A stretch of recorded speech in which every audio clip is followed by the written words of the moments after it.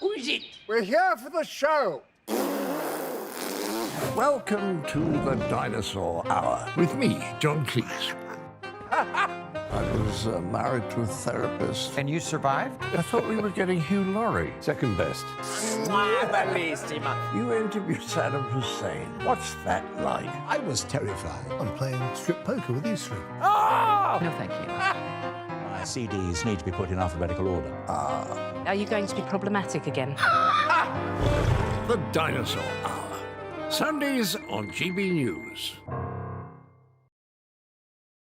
GB News, unlike other broadcasters, isn't obsessed with the London-Westminster bubble. We think there's a nation beyond the M25, and that's why we talk about the issues that matter across the land. Join me on State of the Nation, 8 to 9 o'clock, Monday to Thursday, on GB News. Daisy's listening, and you should too.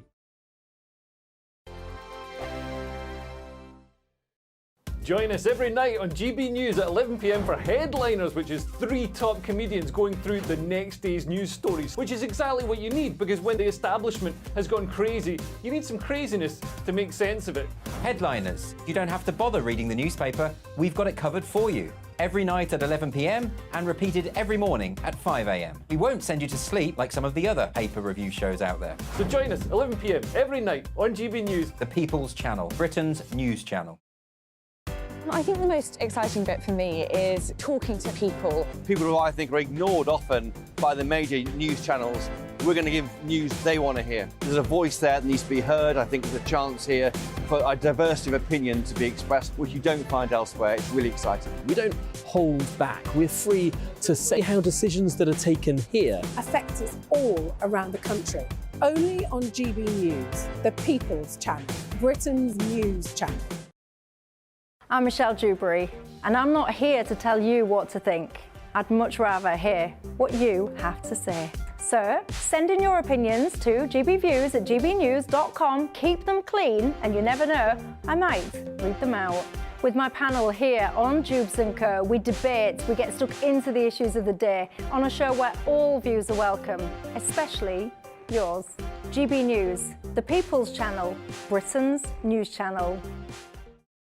In the GB Newsroom, we bring you the news as it happens. With our team of dedicated journalists across the UK, we're ready to give you accurate reporting every day. When the news breaks, we'll be there with bulletins on GB News, the People's Channel, Britain's news channel. Your weekend starts here with Friday Night Live with me, Mark Dolan, 8 till 9 on GB News. Big stories, big guests and big laughs as we get you ready for a cracking weekend.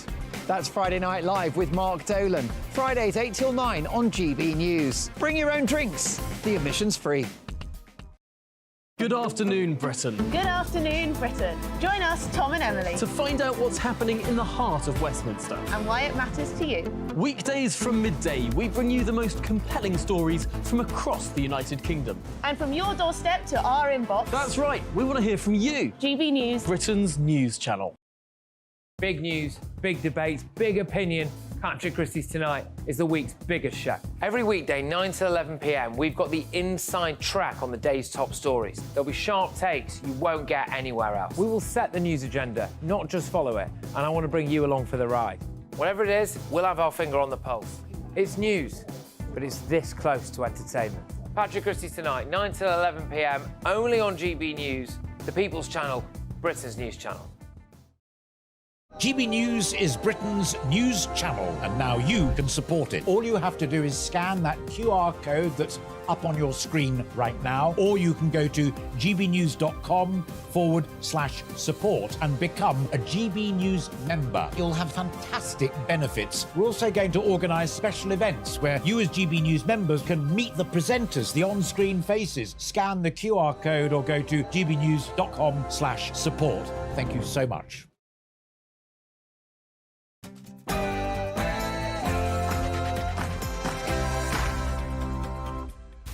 It's Saturday night, and this is the Saturday Five. I'm Darren Grimes, along with Albiam and Kona, Ben Leo, Benjamin Butterworth, and Nana Queer. Tonight on the show, arise, Sir Tim of Weatherspoons. Like it or not, bad parenting does impact struggling children. I've got a special plan for the government to spice up a depressing January. We must tax the dead if Britain is to be a fair society. And what do you think? Are the doctors just plain greedy? They want more money? Really? It's 6 p.m. and this is the Saturday 5.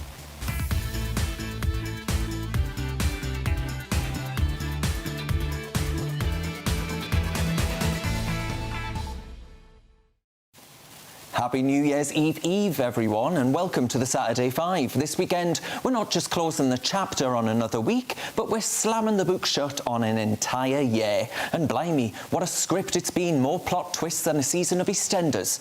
Joining me tonight are the usual suspects, Albie, Ben and Benjamin. They're here to light up our debates like fireworks over the Thames. And of course, our very own Nana Aquia, whose common sense sparkles brighter than any scene over the London Eye. Our show tonight is like a New Year's resolution, full of good intentions, but let's see how long we manage to stick to the script. Each of us will start with a 60-second spiel, and then it's rowdier than a Wetherspoons at closing time.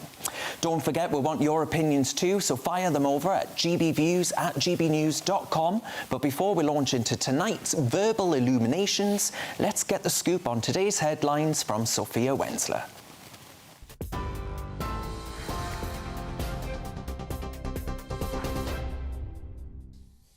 Thank you, Darren. Good evening. I'm Sophia Wensler in the GB newsroom. Thousands of people's New Year's plans have been thrown into chaos after Eurostar cancelled all trains to and from London. The company apologised after what it said was unprecedented flooding in a number of tunnels, including under the Thames. Up to 35,000 passengers have been affected, with many left stranded at London's St Pancras station. Some have taken to social media to vent their frustrations, saying they were only told about the cancellations at 8 o'clock this morning. And forecasters are warning people to take care ahead of New Year celebrations. Heavy rain and strong winds are expected in many parts of the country, with parts of Scotland likely to see significant levels of snow. The Met Office says yellow alerts are in place until 3 a.m. tomorrow. Ukraine has struck a series of targets in Russia, killing 14 people and injuring more than 100 others. It comes after Russia carried out its most devastating air attack since the invasion began. Ukraine says the brutality of the strikes, which killed 31 people, shows there can be no talk of a truce with Moscow. Russia requested a meeting of the United Nations Security Council today, despite most members condemning Russia's actions at an emergency gathering last night. The UK's representative Barbara Woodward says Russia is deliberately targeting civilians. These missiles were aimed at population centres across Ukraine, at Kyiv, Lviv, Dnipro, Odessa, Kharkiv, Kamytsky and many more cities. They struck homes, apartment buildings, shopping centres and metros. A maternity hospital and a regional oncology centre have been damaged. In short, civilian infrastructure. A murder investigation has been launched after a 29-year-old man was stabbed in northwest London. Emergency crews were called to the scene at the Abbey Estate near St John's Wood just after 7:30 on Friday evening. The victim, who hasn't been named, was taken to hospital, but he later died. A cordon is in place near the famous Abbey Road crossing while detectives investigate. No arrests have yet been made. Police may be facing renewed scrutiny over the huge amount of crimes that haven't been solved this year. New figures reveal there were 4.7 million unsolved crimes in 2023. That's almost 86% of those reported. 1.7 million were of a violent nature, with a further million down to criminal damage or arson. In many cases, police failed to find a suspect.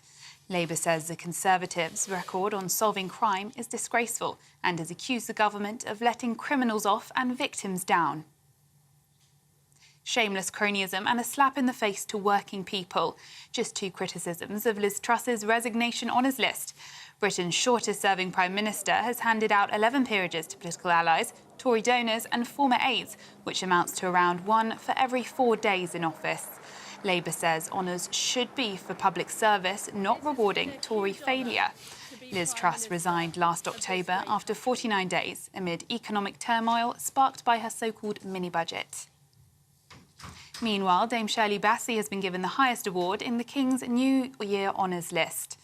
The legendary singer is 64th living member of the Order of the Companions of Honour in recognition of her services to music. It's limited to 65 members at any one time. Dame Shirley has sold 135 million records worldwide. Glastonbury Festival founder Michael Eavis and Wetherspoon's boss Tim Martin are among those knighted. And there are damehoods for author Gilly Cooper and MP Siobhan McDonough. And the British actor Tom Wilkinson has died.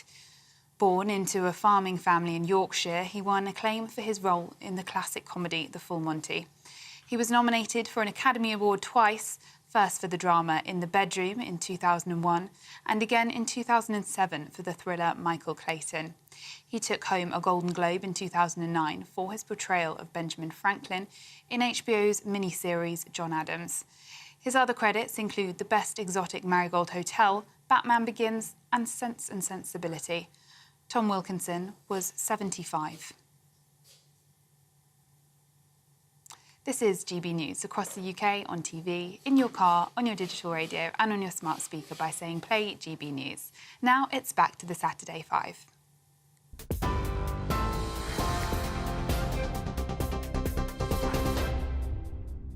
It's Saturday night and you're with the Saturday 5. I'm Darren Grimes, and before your January diet begins, it's time for some full-fat opinion. Let's crack on with tonight's first debate. And to kick things off tonight, it's Darren. What have you got for us tonight, Dazza? Well, I'm going to talk to you about Wetherspoons, my favourite place. I'll be popping there after this. So Tim Martin, the pub landlord extraordinaire, he's been knighted. And the pearl-clutching Ramona bigots are having a collective meltdown. You'd think he'd claimed that he'd turned water to wine as opposed to being successful at selling it.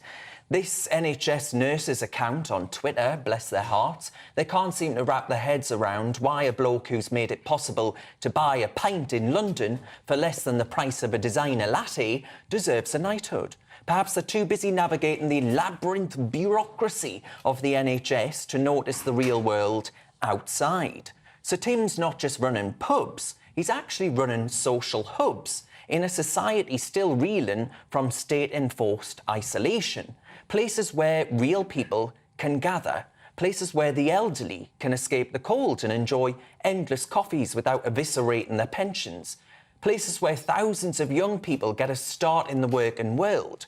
And let's not forget taxes.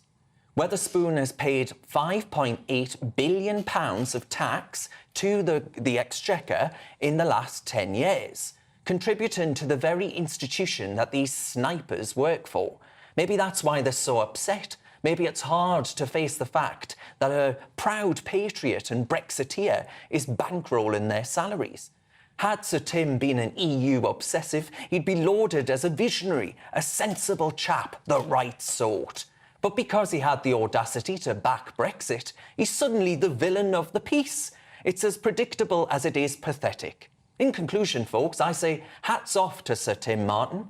In a world full of virtue-signalling charlatans, he stands out as a beacon of common sense and real achievement. This weekend, I'm going to raise one of these post-Brexit pints of fizz to him. Now, Benjamin Butterworth, I heard you this morning actually surprised me, to be honest, because you said, actually, I think Sir Tim Martin probably, it's all right that he's got a knighthood. I mean, look, what I think is great about Wetherspoon is that they keep old buildings beautiful and they do an amazing job. So Wetherspoon's pubs are truly beautiful. So, look, I'm grateful for that. And he employs tens of thousands of people, I think 40,000 people. So, fine. But the truth is that basically this desperate Tory government will give a gong to anybody who keeps up the Brexit lie. The fact is, you go in Wetherspoon, your pint of whatever, your pint of wine is going to be more expensive because of Brexit. And when we had the COVID pandemic, here was a guy that cares so much about the working class that he told his own long-serving employees to leave, I was nearly going to say something else, to leave and go and get a job in Tesco if they didn't like what they were getting at Wetherspoon. That's hardly a man of a people. The point that he was making on go work in Tesco was actually that these key frontline jobs, the front line was in shops like that, when people needed essential goods and services. And he was saying, there's no point being on furlough here. Go take up the jobs that are important and necessary. And on the other point, actually, Wetherspoons doesn't stock French crap anymore. So wine? Yes, it's not. It's actually lower prices because they are importing them from elsewhere. That's a post-Brexit opportunity. I mean, I don't know why they say it's a Brexit opportunity. I've been drinking pints of wine for years. Ben Leo, are you sold on Tim Martin getting a... I'm going to be... Well, look, first of all, I'm glad that it's wound up all the right people. All we needed was a Nigel Farage knighthood for services to reality TV, and we'd be on our way, wouldn't we? But I'm going to be very diplomatic about this. I understand some people will approve of knighthood, some people wouldn't approve. For example, I'm a bit miffed about Mary Earps getting a gong, the COVID scientist who... Because she's a woman. Yeah, because she's a woman. You've got me. There we go. One of the most successful female footballers we ever produced. Sorry, what did she win in the last couple of years? Oh, right, sorry. What did she win? She won quite a few things. She's got through quite a few finals, but sorry. No. What's she won? A male footballer wouldn't get the same privilege. Name the blokes that have won the World Cup. That have got knighted recently, because none of those footballers won anything. Sorry, you're just a misogynist. Sorry, you've just shown your ignorance in sport. Then you cannot compare the women's game to the men's game. The World Cup winners coming out now. Sorry, she has won quite a few things. Listen to this. The USA World Cup winning team played Dallas schoolboys under 15s, and they got thrashed 5-2. That same team, even this year, I think, played Wrexham retirees, who are all knocking on 60. Wrexham did them about 10-0. So you cannot compare the women's pro game to the pro men's game. Well, I think you can, actually. I'm going to take exception to that. You can't, Anna, sorry. No, I can, and I will. Because of do you know how difficult it is for women to actually get somewhere in sport, especially when something is mainly male-dominated? Yeah, because they're not going to Wetherspoons. I'm going to say, fair enough to her for getting that. And actually, she has won quite a few awards. There's a list of awards that she's won. I didn't write She won the Golden Glove. She won some other sports. She won sports. But you said that she's not won football. She's not won football trophies. She won the Euros about 3-4 years ago. But this is more recently. No, this gong is more recently to do with her campaign in getting Nike to make football shirts. I will give Mary Earps and the women's football team credit for improving women's football. Arsenal played Chelsea. So is that not worth honour, in your opinion? No. Why? What do you need? What more does she need to do? Yeah, I think services to women's football is worth a damehood. Sorry, we used to give damehoods and knighthoods to Olympic gold-winning medalists, and people. Well, there's not much difference between that. She has stood out as a woman who has done something exceptional and opened the game to other women who will see. It's not exceptional just doing your job. Sorry. No, but that's what you're most not of these exceptional people... doing your job. Yeah, exactly. And that's why I've not got a knighthood. I'm not in the New Year's Well, you're honours. not going to get one ever. But on Sir Tim Martin, what do you make of that? Well, I take exception to him because I'm glad that he got this thing, but he needs to put music in his pubs, for God's sake. I mean, what's he thinking? I go in there and I'm like, this is so dry, the music. Put music in the pub, for God's sake. Also, what's wrong with you, banned. Tim? Did you know that? Dogs are banned. That's fair enough. That's fair enough. Good. I don't. That's good. I'm sorry. Animals don't like me. You know, coming up when you're trying to just enjoy a nice, I was about to say nice beer. I don't drink beer, obviously. A nice glass of something cold and a dog's at your feet. Are you such a metropolitan elitist that you don't drink lager?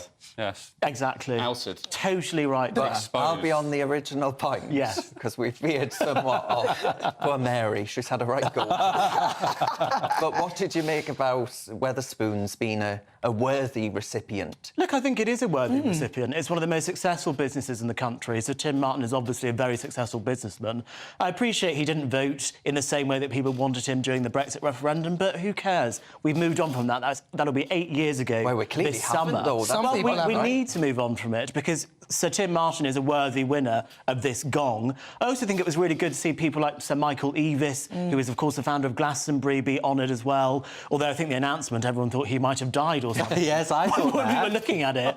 But overall, I think the honours list is a good one. Liz Truss's honours, though, should she have got them? No, I'm not sure. At all. My controversial opinion on this isn't just that Liz Truss shouldn't have got them, but Dame Shirley Bassey has been put in that group of 65 where, someone has to die for a place to come up. And I'm sorry, but what has Dame Shirley Bassey done to be one of the most 65 influential people? What are you talking about? I'm not being funny, but 35 million record. Oh, get over Come on, what do you need to do? What's she done in recent years? Shuffling on stage at the Royal Albert Hall to go on about we went down a Mary rabbit hole. I'm not having this to descend down a Dame Shirley Bassey rabbit hole, because up next it is indeed Albiam and Kona taking take it away, Albie. Absolutely. So earlier on this week, James Daly, the Conservative MP for Bury North, caused outrage when he suggested that the children who were struggling in his constituency were struggling as a result of bad parenting. Now, look, for an MP that's got a majority of, I think, 105, it's probably not the best way to speak about his constituents. But what is so controversial about saying bad parenting can lead to bad outcomes for children? Because let's face it, we're all a product of our upbringing, and the simple fact of the matter is the science backs up what James is saying. We know that the most crucial stage of child development is in the first 1,001 days, the first couple of years of a child's life. And who is responsible for the first few years of a child's life?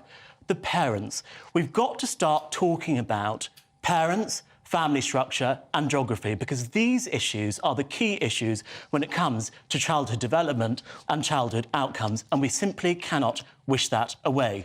We've got to stop having a go at people for merely highlighting problems. James might not have used the language that I would have used, but he highlighted an important problem. We've got to put families at the heart of government policy, because the future of our nation and the future of our children depend on it. So lots of people were pretty outraged by what James Daly, the Conservative MP for Bury North, had said earlier on this week. I'm going to come to you first, Ben Leo, because you're one of the two parents on the panel.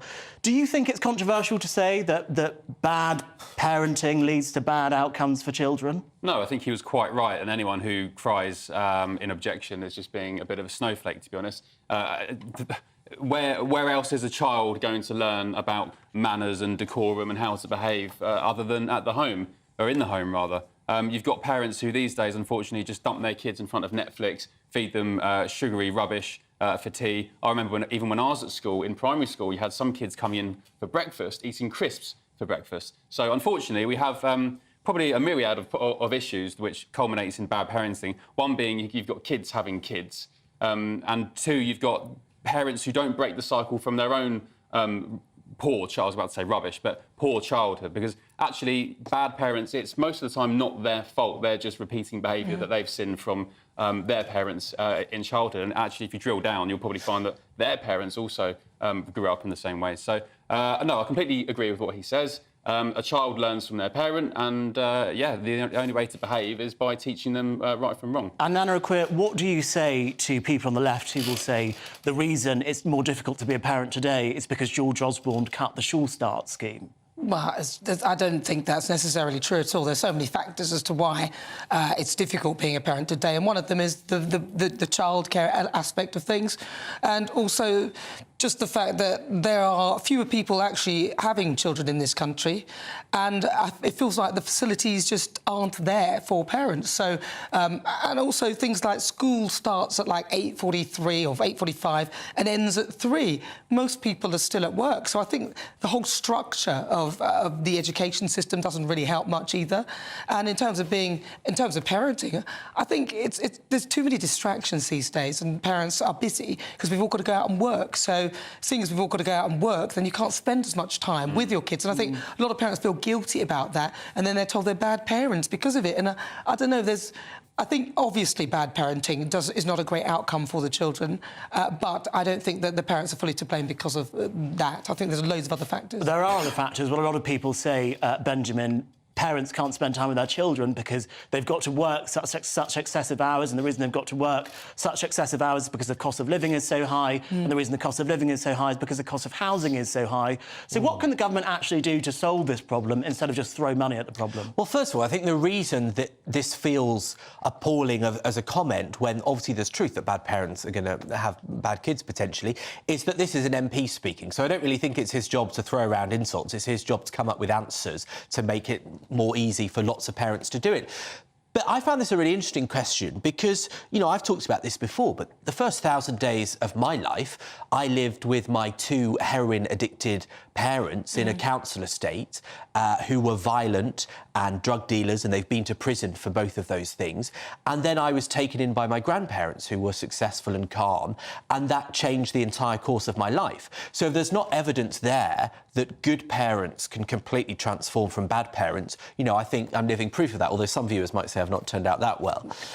But I think the problem is that there are so many factors, and this is the other point I was going to make, is that you know, what does bad parenting look like? Because you assume that you agree on it. Neglect your child, that's bad parenting.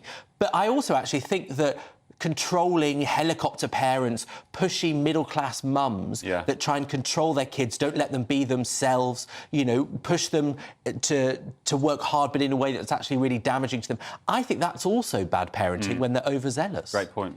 Darren, what do you make of all of this? I think pushy middle-class parents sounds like a good thing, actually, and we should clone them and have many more of them. I think that's a brilliant Do you wish you had pushy middle-class parents? Well, I'm not sure. Maybe not the middle-class thing, but my mother is definitely... she's not shy, is she, Nana? No, she's fabulous. I actually think, look, Miriam Cates, I saw she tweeted about this, right? did. She received a torrent of abuse. You would think that she had just said, we need to bring back Chairman Mao and sort of indoctrinate the next generation of children in some form of camp. But I can't understand why it's controversial, Albie, to turn around and say, look, it's really important that we don't make the state sort of assume the role of the parent, because on everything from dentist checkups to a checkup at the opticians, schools are now doing them. Like, that, to me, is surely the role of the parent. When you've got kids going into reception and they're not potty trained and they can't turn pages of books and they can't do all of these basic things, surely the state has to step in. Well, of course, at that point, yes, you would have to, but you would also, I would hazard a guess, have to get social services involved. I was going to say, you'd want, I mean, maybe not as draconian as this, but I'd suggest, off the cuff, saying they shouldn't be having kids. They shouldn't be in control of children. Well, that's easier said than done. Why doesn't the dad take responsibility for that? You ain't getting a kid without him. Whoever, not mother, taking father, protection. your child should not be going to school not potty trained. My kid was potty trained at 10 or 11 months. My little library took a bit of time. Yeah. All right. Bless him. I'd be like, what's that over there? I'll be delighted you've said that. Right. Now, folks, still to come tonight, are doctors underpaid or over-demanding? Nana Aquia gives us her view. Benjamin tells us why he loves the death tax, cheery. And Ben Leo will tell us how we can spice up January. You're with the Saturday 5 live on GB News. Good afternoon, Britain. Good afternoon, Britain. Join us, Tom and Emily, To find out what's happening in the heart of Westminster. and why it matters to you. Weekdays from midday, we bring you the most compelling stories from across the United Kingdom. And from your doorstep to our inbox, That's right, we want to hear from you, GB News. Britain's news channel. Wake up to the headlines with Headliners every morning at 5 a.m. We treat you to the day's biggest stories before anyone else, 7 days a week. You can catch up on everything you need to know before you've even had your kippers. Headliners every morning at 5 a.m. only on GB News, the People's Channel, Britain's news channel. GB News, unlike other broadcasters, isn't obsessed with the London-Westminster bubble. We think there's a nation beyond the M25, and that's why we talk about the issues that matter across the land. Join me on State of the Nation, 8 to 9 o'clock, Monday to Thursday, on GB News. Daisy's listening, and you should too. In the GB Newsroom, we bring you the news as it happens. With our team of dedicated journalists across the UK, we're ready to give you accurate reporting every day. When the news breaks, we'll be there with bulletins on GB News, the People's Channel, Britain's news channel. Big news, big debates, big opinion. Patrick Christie's Tonight is the week's biggest show. Every weekday, 9 to 11 p.m, we've got the inside track on the day's top stories. There'll be sharp takes you won't get anywhere else. We will set the news agenda, not just follow it, and I want to bring you along for the ride. Whatever it is, we'll have our finger on the pulse. It's news, but it's this close to entertainment. Patrick Christie's Tonight, 9 to 11 p.m, only on GB News, the People's Channel, Britain's news channel.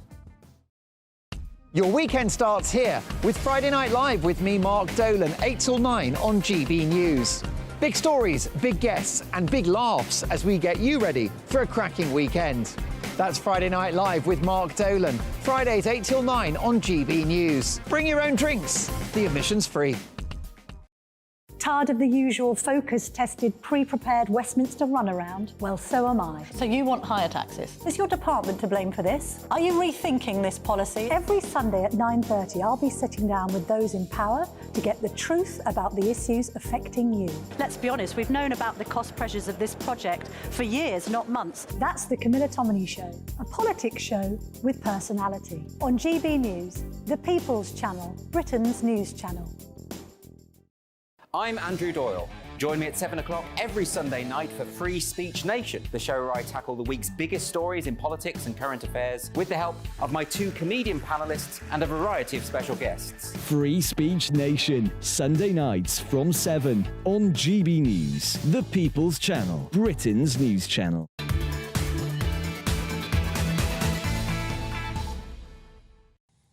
Welcome back to the Saturday 5. As always, cheers very much for your emails about tonight's topics. Karen's emailed in and Karen says, shocking that the guy who owns Wetherspoons gets an honour. For what? It's ridiculous. There are far more worthy people that should get honours for their hard achievements. Yeah, like Tony Blair, I assume, Benjamin. God, not Tony I agree. Blair. Yeah, idiot.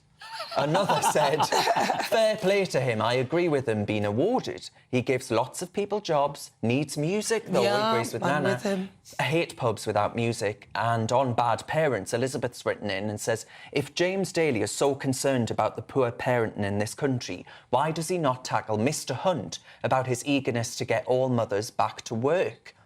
That's an interesting point, Albie. Now, though, it's time for our next debate.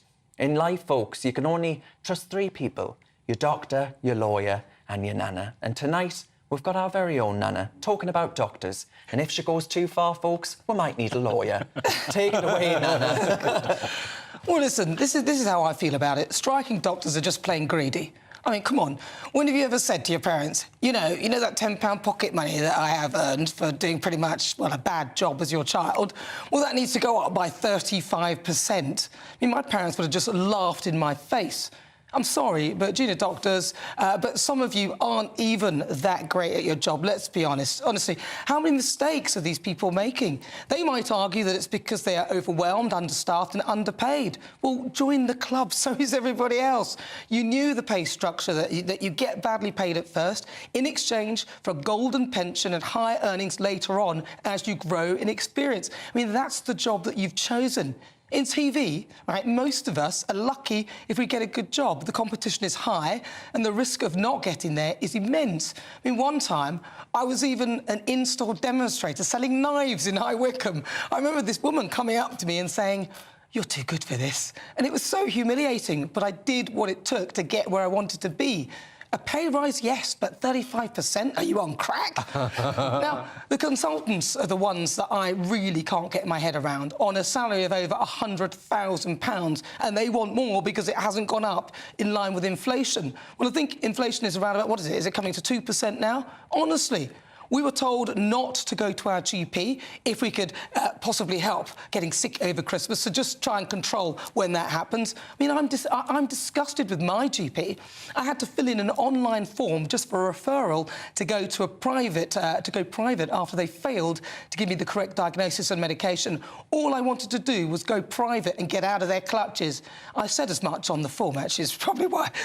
Instead, a week after I submitted the online form, they texted me on my phone on Friday afternoon to tell me I filled in the wrong form online, which, if that was the case, they would have known as soon as they saw it. I mean, I'm not done with them because they've wound up the wrong lady. I'll be holding them to account. Watch this space. But if it's happening to me, able-bodied and well, then just think about those who are much older, who are frail and really sick. The whole thing is a disgrace. And I say we pay a national insurance specifically for healthcare, and it goes into our own personal pot for private cover. It probably costs less. The doctors will be accountable, and strike, and you're fired. I'm fed up with people dying on waiting lists, which are getting longer. We've paid into this, but it's just not working. That's what I think. Say what you really think, Nana. Well, I didn't want to mince my words, you know what I mean? I mean, Benjamin, what do you think? Come on, I mean, 35%. Condescending nonsense, Nana, that's what I think. I love it. These doctors, it is incredibly difficult to get a place on a medical course. You have to get A's and A stars. There's very few places in the first place. One thing that we should change, so there might be more doctors coming through the system. But they have had a pay cut, effectively, of 35% in the last 13 years. That's where that request comes from. Exactly. And the fact is that you say that even consultants that earn over 100 grand, they earn that much because they are exceptionally capable and they save huge numbers of lives. I am grateful for the doctors that have helped me when I've been sick, and I tell you what, it is a false economy, because you pointed out in your own argument that you moved jobs because you got a pay rise. Well, that's what's happening with doctors. They are I moved jobs because I was selling knives in the middle of a supermarket. I was an in-store demonstrator. Well, now your tongue is your knife, at least. Well, isn't it? But look, the fact is they're moving to Australia in remarkable numbers, and countries like Canada, and then we have to pay more for freelance doctors who earn a fortune, and nurses, and also take them from other countries. That's a farcical way to I'm do not saying that they shouldn't get a little bit more money. I do think consultants on 135 grand is plenty, but the point is 35% is madness, and I think that they've set up a bar that cannot be reached, so they can carry on striking. I think it's more political than anything, and I think people are dying because of it. Who asks for 35% and expects to get it? Well, they're all quite entitled middle-class snobs, aren't they? I think one of the main ringleaders of these strikes... One of the main ringleaders of these strikes, it was revealed, I'm not going to name him, but in August it was revealed that he had basically, during the first phase of strikes, waltzed off to a friend's wedding for a month on holiday to New Zealand. He also owned a flat in central London, mortgage-free, worth about 600 grand a year. And why is that relevant to anything? Well, it is... Because he's got... Because, I'll tell you why. Because the people, they are starving of treatments and operations. The NHS waiting list is now nearing 8 million. It's growing each day. That's not the doctor's fault. They are starving Well, it is partly because they're striking and they're making it worse. They are starving those needy people, a lot of them poor, all while they go off and live high-class, middle-class I just don't know what that's got to do with his personal wealth. Look, my point on this is actually about what is a fundamental issue.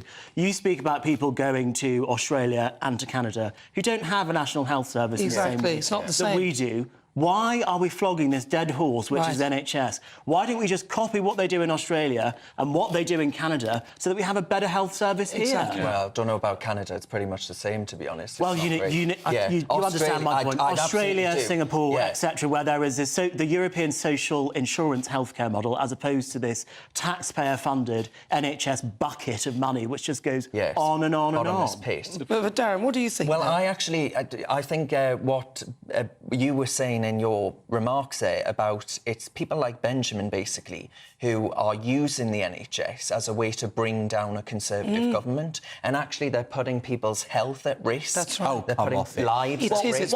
Why don't all these doctors that you don't show any respect to, why don't they all just go off to Australia? See how many people die and get they are so wedded to the NHS. So wedded to the idea that they should be paid properly and that poor people should access healthcare without having If it was a private system, then they would be paid better and they wouldn't be going on strike. So the problem is actually the structure of the NHS. It's not working. I mean, there's waiting lists with millions on. People are dying as they're waiting. It can't be right. It's such a cult. You can't even remotely mention part privatisation. I mean, why should someone on 120 grand a year have the same access to the NHS as an elderly woman on pension credit? It shouldn't happen. There should be means tested. There should be wide reform. They should get rid of all these diversity and inclusion managers on 150 grand a year. All these middle managers. Reform the whole thing. Your favourite, Wes Streeting, wants to reform the NHS. So what do you say about that? Nobody says that they don't need to be reformed, but you're saying it should be privatised. I tell you what, if it's not your chosen Tory government's fault, then why is it that under the last Labour government you had a fraction of the waiting times, you had more doctors and nurses, and you had the highest ever approval rate? Mass uncontrolled migration. I'll tell you why. Because Tony Blair decided to open Britain's gates and allow the world to come in. You've got people coming here to give birth from African countries specifically to give birth because they know they're going to get a free flight. Really? Yeah, they're health tourists. So we have a lot of we spend a lot on health tourists. In other countries, if you did that in America, well, that wouldn't happen because they've got insurance. You'd have to have some sort of insurance. There was a case a few weeks ago where some Nigerian, I think 2 Nigerian friends came to Manchester to give, or somewhere in the northwest, to give birth. They were in the country for a matter of hours and then they gave birth because it's free on the NHS. And arguably, the truth is, you are more likely to be helped by a foreign-born doctor or nurse than you are to be behind them in the queue for the GP. Which is a bad indictment to our health service, because we should be training people in this country and investing in this country rather than actually raping those countries of their trained staff who could be working in those countries that probably need it more, and instead of doing that. So I think it's wrong. Just to play devil's advocate, wouldn't a way to get people to do that would be to raise raise the wages of British people. Oh, God Of forbid, course, the Nana. whole, yes, but not 35% is my point. That's ridiculous. Right, folks, still ahead as the most depressing day of the year approaches. Ben Leo with a smile on his face is going to tell us how we can be saved from this day of gloom. And speaking of gloom, Benjamin Butterworth, he'll tell us why the state should continue to tax the dead. You're with the Saturday 5 live on GB News.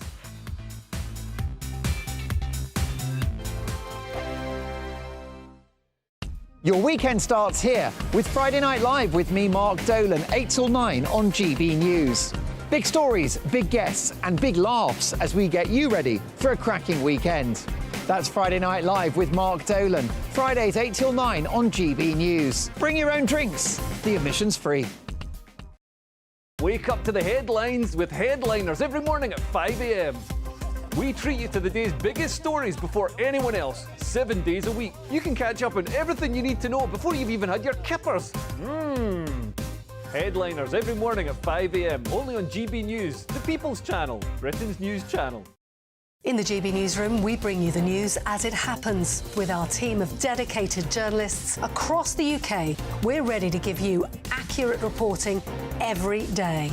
When the news breaks, we'll be there with bulletins on GB News, the People's Channel, Britain's news channel. Big news, big debates, big opinion. Patrick Christie's Tonight is the week's biggest show. Every weekday, 9 to 11 p.m, we've got the inside track on the day's top stories. There'll be sharp takes you won't get anywhere else. We will set the news agenda, not just follow it, and I want to bring you along for the ride. Whatever it is, we'll have our finger on the pulse. It's news, but it's this close to entertainment. Patrick Christie's Tonight, 9 to 11 p.m, only on GB News, the People's Channel, Britain's news channel. Good afternoon, Britain. Good afternoon, Britain. Join us, Tom and Emily, To find out what's happening in the heart of Westminster. and why it matters to you. Weekdays from midday, we bring you the most compelling stories from across the United Kingdom. And from your doorstep to our inbox. That's right, we want to hear from you. GB News, Britain's news channel. GB News, unlike other broadcasters, isn't obsessed with the London-Westminster bubble. We think there's a nation beyond the M25, and that's why we talk about the issues that matter across the land. Join me on State of the Nation, 8 to 9 o'clock, Monday to Thursday, on GB News. Daisy's listening, and you should too. I'm Andrew Doyle. Join me at 7 o'clock every Sunday night for Free Speech Nation, the show where I tackle the week's biggest stories in politics and current affairs with the help of my 2 comedian panellists and a variety of special guests. Free Speech Nation, Sunday nights from 7 on GB News, the People's Channel, Britain's news channel. GB News is Britain's news channel, and now you can support it. All you have to do is scan that QR code that's up on your screen right now, or you can go to gbnews.com/support and become a GB News member. You'll have fantastic benefits. We're also going to organise special events where you as GB News members can meet the presenters, the on-screen faces. Scan the QR code or go to gbnews.com/support. Thank you so much.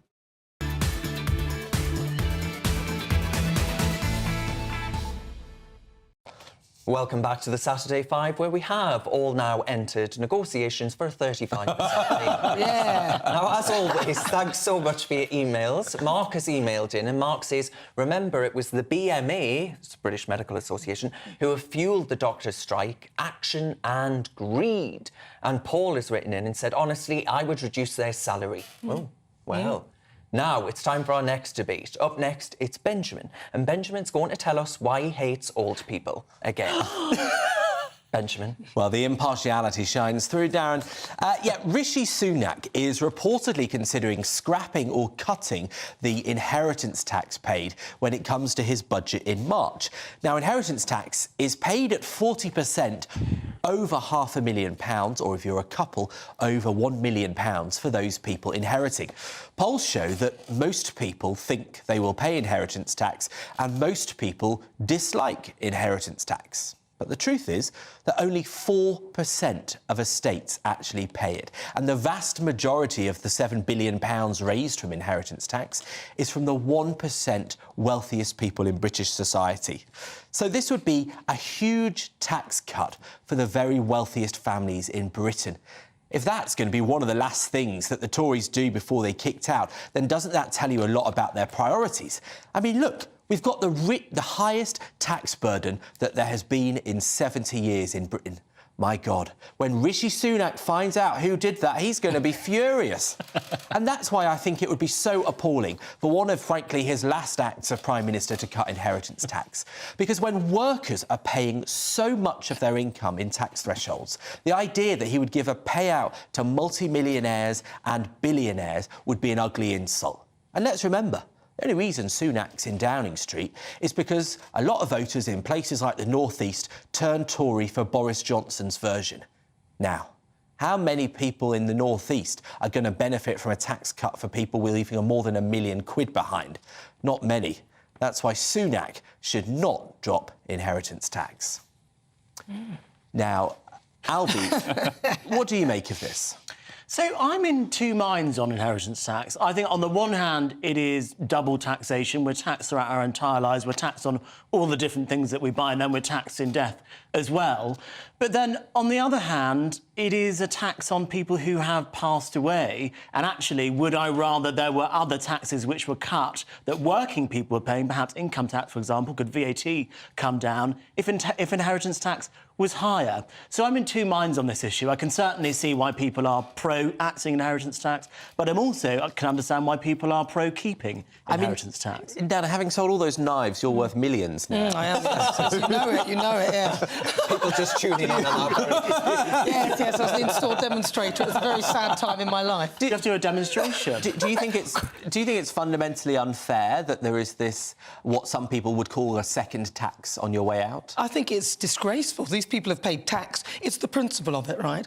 It's not so much that, only a certain percentage will pay it. And by the way, most rich people know how to get out of it. So most rich people who are incredibly rich will have worked a way of giving their assets around so they don't have to pay it. That's the first thing. But like the Duke of Westminster. Yeah, but secondly, most people, I don't like the principle of it. The fact that you have worked really, really hard, you're trying to pass something on to your kids, that you might say that it was somebody who's dead. But in my head, I'm thinking, well, what's the point of me working really hard, getting all my assets, if they're simply just going to be taxed to death, literally? And also, when they are taking these assets, the whole sort of probate system is terrible as well, because people wait months and months and months, then have to pay tax on the money or whatever it is that they're going to get. I think it's abhorrent. The point of working hard to make money is that you get to live in a nice house and have a nice lifestyle. And pass it on to your children. And you can give your kids all the advantages they need when you're around. If you still haven't helped them by that point, why is it that they should inherit a posh house and kids that aren't lucky enough to have rich parents? Because I paid for it. They didn't pay for it. Yeah, but I paid for it and I bought it for them. So why should I be taxed? Benjamin, can I just say something? People who work hard and graft and succeed and very, rarely become multi-millionaires and even billionaires, they do that for their children. Exactly. On the whole, they do that because they want to leave a legacy and something for their children to remember them by. Not they don't want to just leave this earth, being a kind of nobody, and that's why they graft so hard for their kids. The inheritance tax is one of the most disgusting taxes going. It's legalised theft, and the government's no better than a suited-up mafia getting their grubby mitts on people's estates. Is it the right priority for now, Ben Lear, when the tax burden is at a 70-year high? We've got all these people on frozen income tax thresholds. To be cutting tax for people that it's not really, it's going to affect, 4% of the population? Surely it's better to reduce income tax for millions of working people across the country. I agree. We've reduced taxes across the board. As Benjamin said, a tax burden of a 70, 80-year high, totally not representative of a Conservative government at all. So, yeah, reduce income tax, scrap inheritance tax, scrap the lot. Tax is legalised theft. They don't even make that much money out of it anyway, all so right, they must get rid of it. As you said, only 4%. Ben's made his views clear, but you know what? I think the one sympathy I have with inheritance tax is that I think it really disproportionately affects people who live in the southeast and London because their houses are just inevitably have gone up far faster.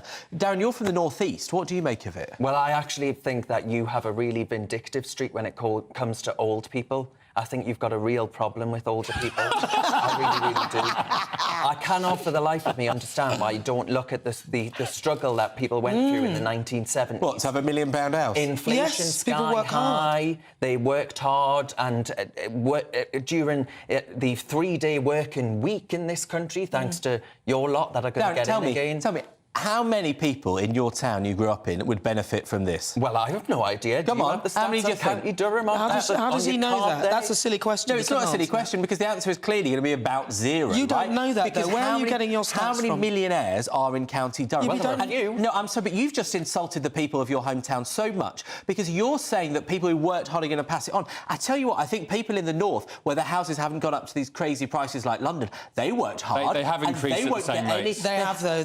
Some of them are actually... Some of them are falling... Yeah, but some of them are falling into the percentage increase has gone up, probably even more than the south east. They may have started at a lower base. With the principle. People in the north east work just as hard as Londoners, but they won't get the benefit of this tax break. Just the super wealthy work even harder because they don't have the connections that people. There you go. Get down to London. Well, then they get a benefit. You do yourself as the flagship, the poster boy for little northeasterners, and you just said it. You don't think they work hard enough. The fact their house happens to be worth 200 grand doesn't make them as hard working. The northeast works harder, I said. Yeah. Honestly, they don't have the connections that London has. But then surely this would be the wrong tax cut because it wouldn't impact most people. I do agree with that. So I'm in a sort of halfway house here between Albie and Benjamin. But I think that actually... Can I make one more very brief final point? You can't, I'm afraid, because no you are... Because we don't want to censored. Don't go anywhere, because censored Ben Leo is going to come up with the answer to curing the January blues and have us springing in our step like Tigger. You're with the Saturday 5 live on GB News. Join us every night on GB News at 11 p.m. for Headliners, which is 3 top comedians going through the next day's news stories, which is exactly what you need, because when the establishment has gone crazy, you need some craziness to make sense of it. Headliners. You don't have to bother reading the newspaper. We've got it covered for you. Every night at 11 p.m. and repeated every morning at 5 a.m. We won't send you to sleep like some of the other paper review shows out there. So join us 11 p.m. every night on GB News. The People's Channel, Britain's news channel. Tired of the usual focus-tested, pre-prepared Westminster runaround? Well, so am I. So you want higher taxes? Is your department to blame for this? Are you rethinking this policy? Every Sunday at 9:30, I'll be sitting down with those in power to get the truth about the issues affecting you. Let's be honest, we've known about the cost pressures of this project for years, not months. That's the Camilla Tominey Show, a politics show with personality. On GB News, the People's Channel, Britain's news channel. I think the most exciting bit for me is talking to people. People who I think are ignored often by the major news channels. We're going to give news they want to hear. There's a voice there that needs to be heard. I think there's a chance here for a diversity of opinion to be expressed, which you don't find elsewhere. It's really exciting. We don't hold back. We're free to say how decisions that are taken here affect us all around the country. Only on GB News, the People's Channel, Britain's news channel. Good afternoon, Britain. Good afternoon, Britain. Join us, Tom and Emily, To find out what's happening in the heart of Westminster. and why it matters to you. Weekdays from midday, we bring you the most compelling stories from across the United Kingdom. And from your doorstep to our inbox. That's right, we want to hear from you. GB News, Britain's news channel. Every Sunday from 11, join Michael Portillo. There will be topical discussion, looking at the week before and the week to come. So kick back and relax at 11 a.m. on Sundays on GB News with me, Michael Portillo. GB News, the People's Channel, Britain's news channel. Your weekend starts here with Friday Night Live with me, Mark Dolan, 8 till 9 on GB News. Big stories, big guests, and big laughs as we get you ready for a cracking weekend. That's Friday Night Live with Mark Dolan. Fridays 8 till 9 on GB News. Bring your own drinks. The admission's free. Big news, big debates, big opinion. Patrick Christie's Tonight is the week's biggest show. Every weekday, 9 to 11 p.m, we've got the inside track on the day's top stories. There'll be sharp takes you won't get anywhere else. We will set the news agenda, not just follow it, and I want to bring you along for the ride. Whatever it is, we'll have our finger on the pulse. It's news, but it's this close to entertainment. Patrick Christie's Tonight, 9 to 11 p.m, only on GB News, the People's Channel, Britain's news channel.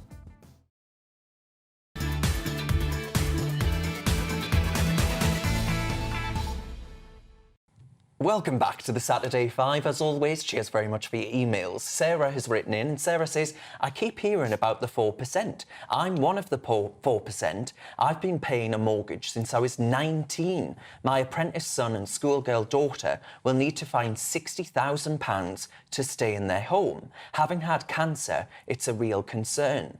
Yeah, I mean, that's a good point, Benjamin. But, I mean, people like that pay for the cancer treatment of millions of poorer people.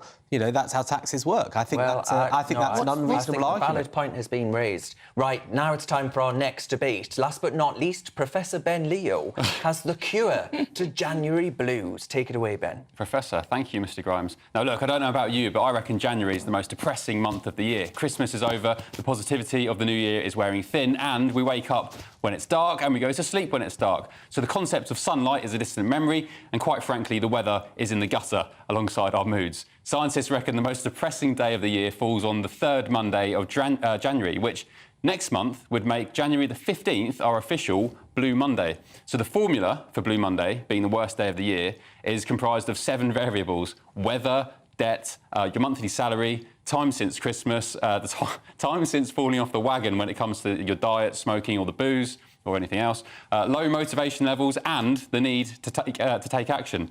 So, combined with the very real condition of SAD, sad, seasonal affective disorder, where the rubbish weather causes low mood and inspiration, I'm calling for Blue Monday to be made a I laugh because it's such a good idea. A bank holiday in the UK. So please, UK government, Rishi Sunak, we need one more extra day in January to ourselves for rest, recuperation and planning how to get through the remaining grim months until spring rears its beautiful head. I don't want to spend Blue Monday commuting. I want to be down the gym, in the steam room or spending time with my kids. So come on, Rishi and co, dig deep into the public coffers and give us the January bank holiday we all deserve.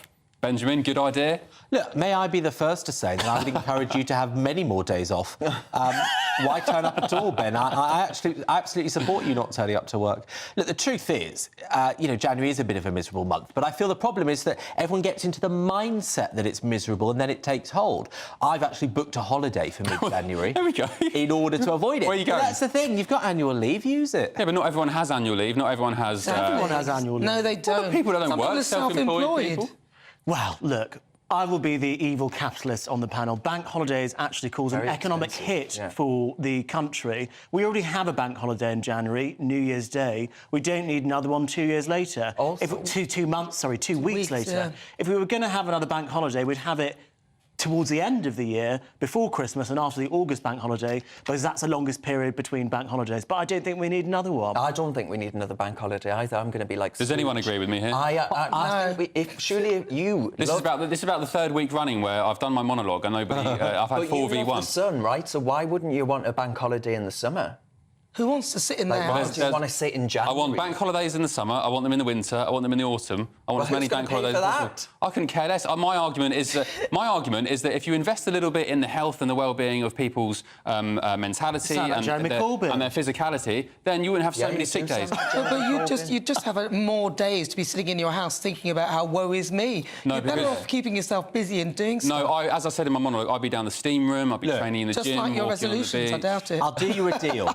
I'll do you a deal. I have 100% inheritance tax to pay for your extra bank holidays. How's that? No, thank you. I'll just go to Dubai or somewhere. Do you know, the one argument that I would say for a new bank holiday or a moved bank holiday, because we have loads in a couple of months, a cluster of them, which is just stupid, but I think a bank holiday for the anniversary of the Queen's death is one that I would celebrate. I think there should be a Queen Elizabeth. I think St George's Day should be one, because your Emily Thornbury wouldn't be too happy about that. I think we should have an Elizabeth the Great Day. Albie, can I ask you about something I mentioned there, seasonal affective disorder, which apparently affects 2 million people in the UK. I think it's a genuine... I mean, I'm not saying I get depressed in winter, but and it's worse if you have definitely feel the darker mood. skin. Really? Yes. Why? Oh, because you're not taking in the melatonin. You're not taking in as much of the nutrients that you get. Does it get worse the darker you are? I think it might do. God, Maybe that problems. explains your mood. Do you get down in winter? Yes, I do get down in winter, and I think you've got to remedy that with good exercise, making sure you're taking your vitamin D every day, and really just getting on with things. I don't think you need to be down in the doldrums, not working. You need to be out there doing things, getting as much sun as possible where it is possible. But there's and maybe absolutely getting one of those UV lamps. And let's be honest, I think the January misery is partly because the weather's so rubbish, but also people have got no money left after Christmas. Yeah. So I think debt has a lot to do with it. Yeah, of course it does, yeah. And we're all in that debt because of the spending that your Labour Party want to bring about. Yeah, I think what will happen then, God. You know, I'm so at risk of debt, I keep turning up on this show. Right, that's a wonderful note to end it on. Thanks to our wonderful guest tonight, my second favourite Nana. My first is my actual Nana, Nana Aquia. Next up, though, it's the brilliant Leo Curse with the Saturday Night Showdown. Cheers for watching. We'll see you again next year. Happy New Year, everyone. See you tomorrow. That warm feeling inside from Boxed Boilers, sponsors of weather on GB News. Hello there, welcome to your latest GB News weather forecast. I'm Craig Snell. Well, looking ahead to New Year's Eve, for most of us, we're going to end 2023 on a fairly showery note, and for some in the south, it's still going to be pretty blustery. So as we end Saturday, we've still got this area of low pressure really dominating proceedings. This cold front will continue to spread its way eastward across the country. Some fairly heavy rain on it and some strong and gusty winds. It will become quite slow moving across the very far north of Scotland as we go through the course of the night. And then behind it, it is a mixture of clear spells and a scattering of showers. In the clearer skies, it will turn quite chilly, but I think most of us frost-free away from Scotland. So into New Year's Eve, any overnight rain will quickly clear the far east of England, and for many of us it's a mixture of sunny spells and scattered showers. Some of the showers, especially come the afternoon, will be heavy and thundery, but the rain across the very far north of Scotland, especially for Shetland, really just staying there all day. For many, a slightly cooler day than today, but still not doing too badly for the time of year. Looking ahead to New Year's Day, for many northern areas, it's a mixture of some bright spells, but a scattering of showers once again. Further south, a much drier and brighter day. A brief respite in the weather before, unfortunately, further rain comes in later on in the day, and that sets us up for a fairly unsettled few days as we start 2024. Looks like things are heating up. Boxed Boilers, sponsors of weather on GB News.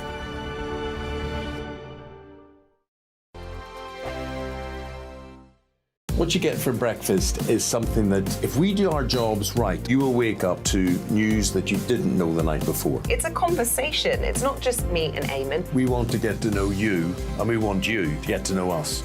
From 6, it's Breakfast with Eamon and Isabel. Monday to Thursdays on GB News, Britain's news channel.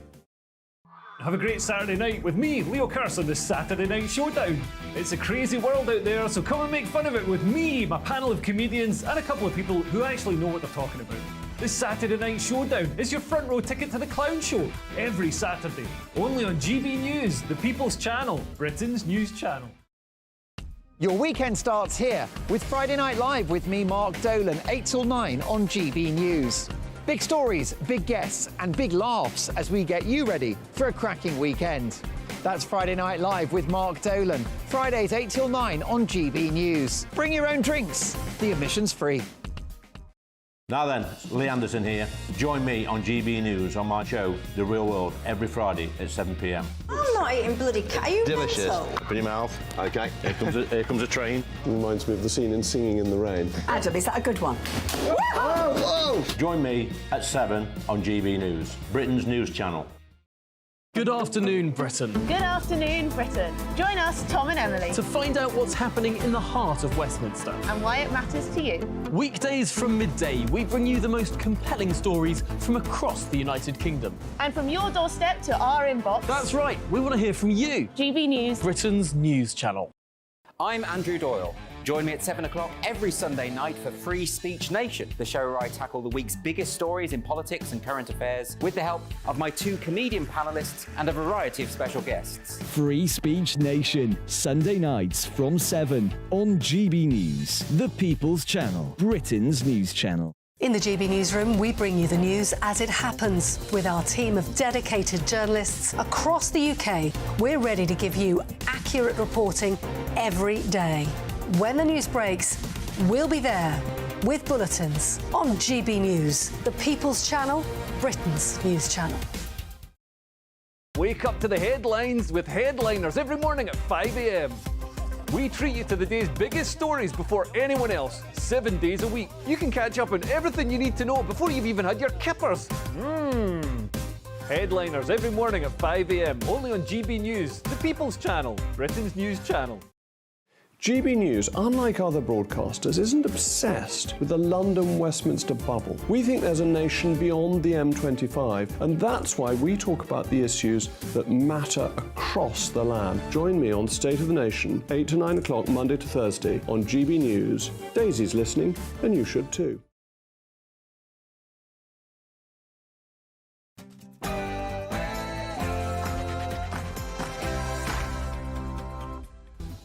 Hi there, coming up on the Saturday Night Showdown, I'll be celebrating Tim Martin's knighthood. And not just because, as a Scot, I like Wetherspoon's low prices. And in Cursed or Blessed, I'll be looking at people breeding XL bullies to claim the compensation. And Tinder is introducing a $499 a month tier. And as